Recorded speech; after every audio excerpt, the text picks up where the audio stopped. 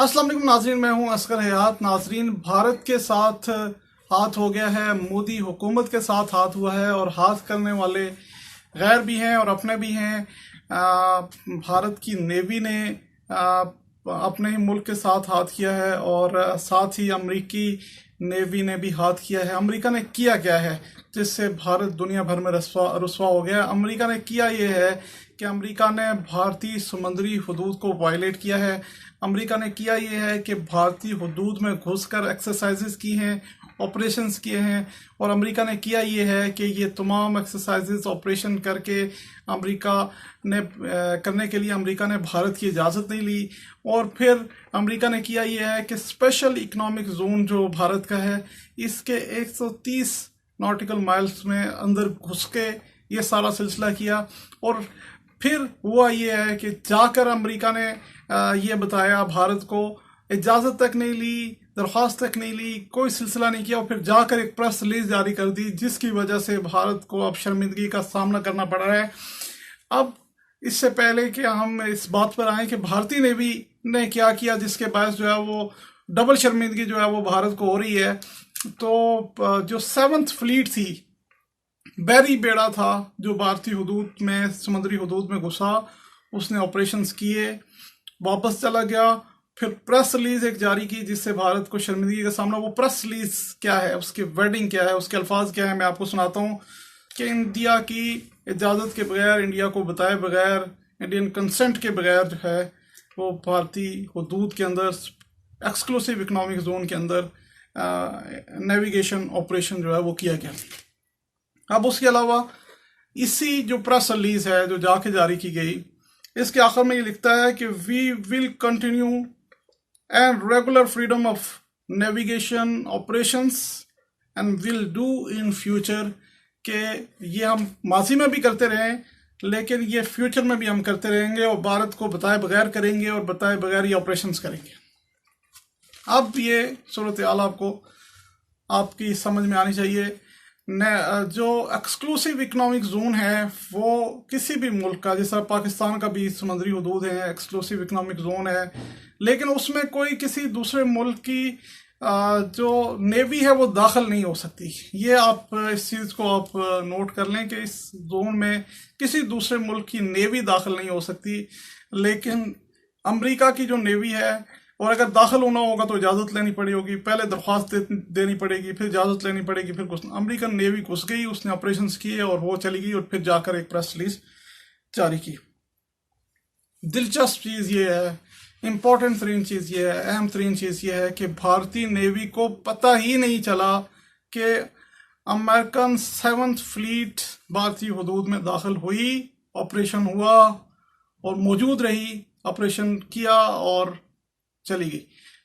भारतीय मीडिया में भूचाल बरपा है अमेरिका को लेकर और अमेरिका की मजम्मत की जा रही है और ये कहा जा रहा है कि भारतीय जो फॉरेन ऑफिस है उन्होंने एक बयान जारी किया जिस पर उन्होंने कहा कि अमेरिका ने जो कुछ किया है उस पर उसे डिप्लोमेटिकली एहतजाज किया जा रहा है। लेकिन ये नहीं कहा गया से, और एक चीज़ कही गई कि जो अमेरिकन 7th फ्लीट थी वो जब आई तो फिर उसको मॉनिटर किया जा रहा था, लेकिन ये नहीं कहा गया कि कहाँ पर उसको इंटरसेप्ट किया गया, कहाँ पर उसको वार्निंग दी गई, कहाँ पर कहा गया कि भाई साहब आप किधर आ रहे हैं, हमारी हदूद है तो आप कहाँ यहाँ पे घुसे जा रहे हैं। नहीं, कहीं भी ऐसे नहीं हुआ। मतलब साफ वाज़ेह है, दुनिया का मीडिया जो है अब इसको रिपोर्ट कर रहा है, इस पर बात कर रहा है। मतलब साफ वाज़ेह है कि भारतीय नेवी को पता ही नहीं चला।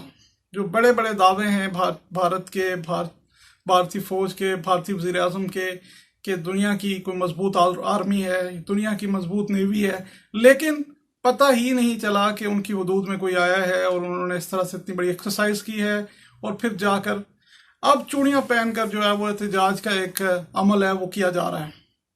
लेकिन ये बताने से कासिर हैं कि ये जो ऑपरेशन किया गया किस मौके पर, इंडियन जो नेवी है उसने अमेरिकन नेवी को रोकने की कोशिश की, वार्न किया, इंटरसेप्ट किया, सख्त पैगाम दिया, कुछ भी नहीं।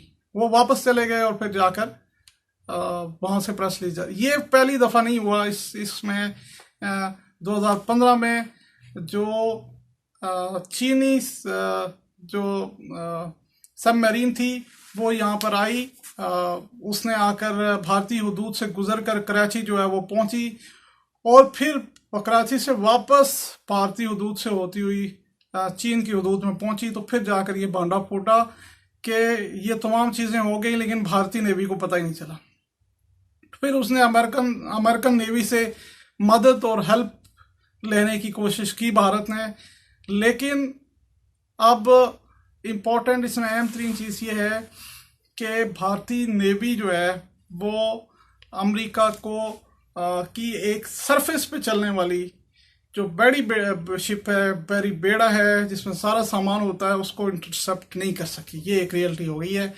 और अमेरिका का इकदाम जो है वो उनको आप देख लें कि किस तरह से मोदी ने, क्योंकि एक पलटा मारा है रूस से अमेरिका की तरफ, और पाकिस्तान, चाइना, रूस, ईरान ये एक ब्लॉक में हो रहे हैं।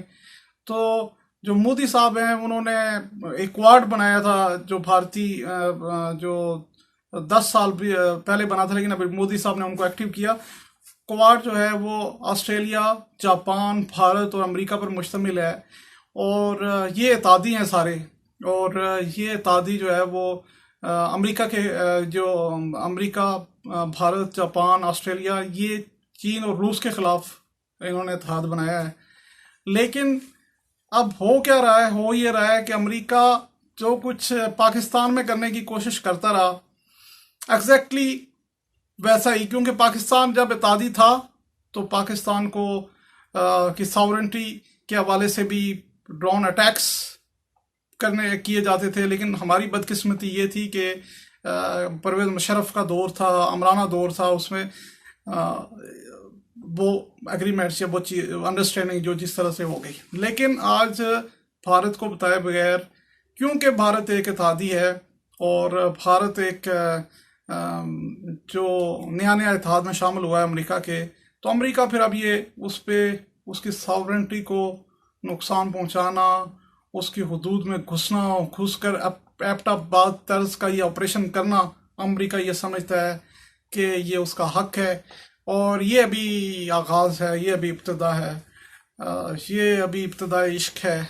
आगे आगे देखिए होता है कि मोदी साहब को खुद समझ लग जाएगी कि जिस अमेरिका के साथ जाकर वो बैठने की कोशिश कर रहे हैं, वो दरअसल उनको अमेरिका अपने इत्तेहादियों को कितना नुकसान पहुंचाता है और वो उनको कितना नुकसान पहुंचाएगा।